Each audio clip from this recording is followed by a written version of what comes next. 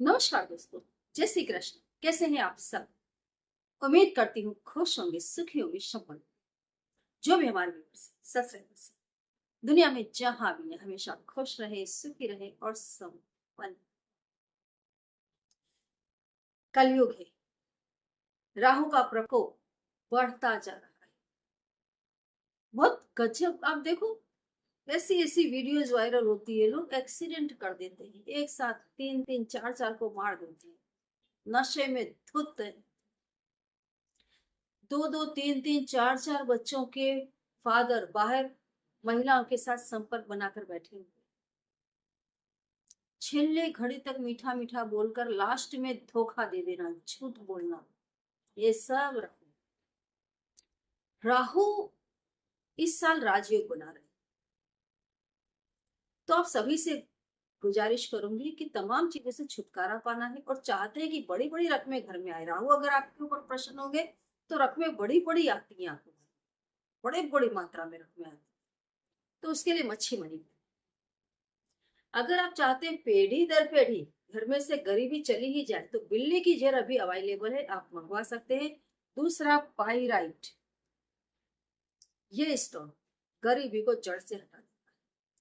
जो लोग तरह तरह की साधनाएं कर रहे हैं, जो गुप्त शक्तियों से जुड़े हुए हैं, जो चाहते हैं कि इस ब्रह्मांड की गुप्त शक्तियां मेरे कांटेक्ट में रहे, मेरी मदद करती रहे, मेरा सब काम करें, तो आप इस साल क्या, हमेशा के लिए मैं तो बोलती हूँ कैट्स आई ब्रेसलेट हमेशा पहने। अगर आप चाहते हैं कि गुप्त शक्तियां आपकी मदद करें, और स्पेशली जिनकी जन्म तारीख 7, 16 या 25 है, ये स्टोन, ये इसका आप स्टोन भी पहन सकते हैं और इसका ब्रेसलेट भी पहन सकते हैं। बहुत गजब का रिजल्ट लाएगा। और ये वीडियो जो मैं बना रही हूँ दोस्तों, ये शत्रुओं के लिए, जो लोग कहते हैं, जैसे अभी जो मैंने स्टार्टिंग की थी, मैं चली गई दूसरी वे पे। जैसे कलयुग है, राहु अलग अलग तरीके से परेशान करता है, तो लोगों के दिमाग इतने भ्रमित हो गए हैं, छोटी छोटी सी चीजों में वाहियात हरकतें करते हैं। जरा सा अगर कहीं से कचरा आ गया, किसी के यहाँ से पानी बहकर आ गया, अगर आपकी पार्किंग की जगह में किसी ने गाड़ी खड़ी कर दी, आपका बच्चा बाहर खेल रहा है, किसी ने डांट भी दिया, तो देखो कितने बड़े बड़े लड़ाई झगड़े, भयंकर मार पिटाई। शत्रु बाहर भी बनते हैं अभी, पड़ोसी। कई वीडियोज आपने देखी होगी कि पड़ोसियों की ये घमासान युद्ध हो रहा है। ये नहीं देखा जा रहा है कि लेडीज है या जेंट्स है, बस मार पिटाई। तो ये राहु का प्रकोप, गजबनाक तरीके से राहु अभी अपने इफेक्ट दिखाता है। घर के अंदर भी भाई भाई एक दूसरे के शत्रु हैं। घर में लेडीज एक दूसरे के खिलाफ, गजब का पॉलिटिक्स। घर को नर्क जैसा बना दिया जाता है। ये सब राहु की इफेक्ट। शत्रु जब आदमी के अंदर, ये आज के जमाने में देखने में मिलता है। वैसे प्रेम है, शत्रुता है, ये तो जब से ह्यूमैनिटी है तब से है। लेकिन अभी जो इसका प्रकोप है इतना ज्यादा है कि लोग छोटी छोटी बातों में बड़े बड़े कांड कर रहे हैं। ह्यूमैनिटी नाम की चीज ही नहीं है। जब क्रूरता करते हैं तो इतनी क्रूरता करते हैं कि आदमी की रूह कांप जाए। घर बैठे जिसको देख लिया ये व्यक्ति थोड़ा कमजोर है, या ये व्यक्ति सीधा पड़ रहा है, ये मेरे खिलाफ कोई एक्शन नहीं लेगा, तो नीचता की चरम सीमा को छू जाते हैं। ये जमाना है सर। अभी कलयुग है, राहु का प्रकोप इतना ज्यादा है। अभी देखो जो छोटे मोटे तांत्रिक हैं, जो मेली विद्या करने वाले, जगह जगह बैठे हैं, लोगों को लूट लेते हैं। कई बार तो कोई तांत्रिक क्रिया नहीं करते हैं, बस लूट लिया। और कई लोग कुछ पैसों के लिए ऐसी तंत्र क्रियाएं कर देते हैं, क्योंकि लोग लड़ झगड़ कर आएंगे, या किसी से थोड़ा भी अनबना हो गया, या घर में ही जलन में, ईर्ष्या में, इस व्यक्ति को, इसको इसको, भले वो आपका सगा खून है, अगर ईर्ष्या हो गई तो तांत्रिक के पास जाएंगे, इसको खत्म कर दो। आप देखो कितने लोग हैं जो एक बार बेड पर गए तो गए, उसके बाद उन्होंने मरते दम तक बेड नहीं छोड़ा, मर ही गए। कई लोग हमेशा बीमारी में पड़े ही रहे। कई जगह घर के ही लोग, ये मेरी ननंद है, ये मेरी सास है, खत्म कर। किस चीज के लिए? सारी यही की चीजें जिनको आप आज ले रहे हो, कल यही छोड़कर मर जाओगे।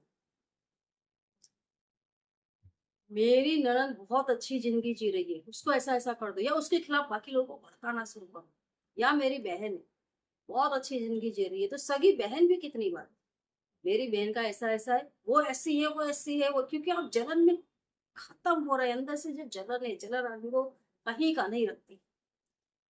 काम, क्रोध, लोभ, मोह, माया, यही वो गुण है जो आपसे नर्क का काम करवाए।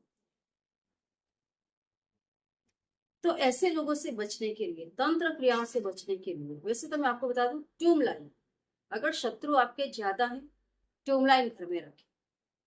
ट्यूब लाइन का ब्रेसलेट पहने। ट्यूब लाइन बहुत अच्छा स्टोन है, शत्रुओं की शक्ति को हमेशा दबा कर रखता है,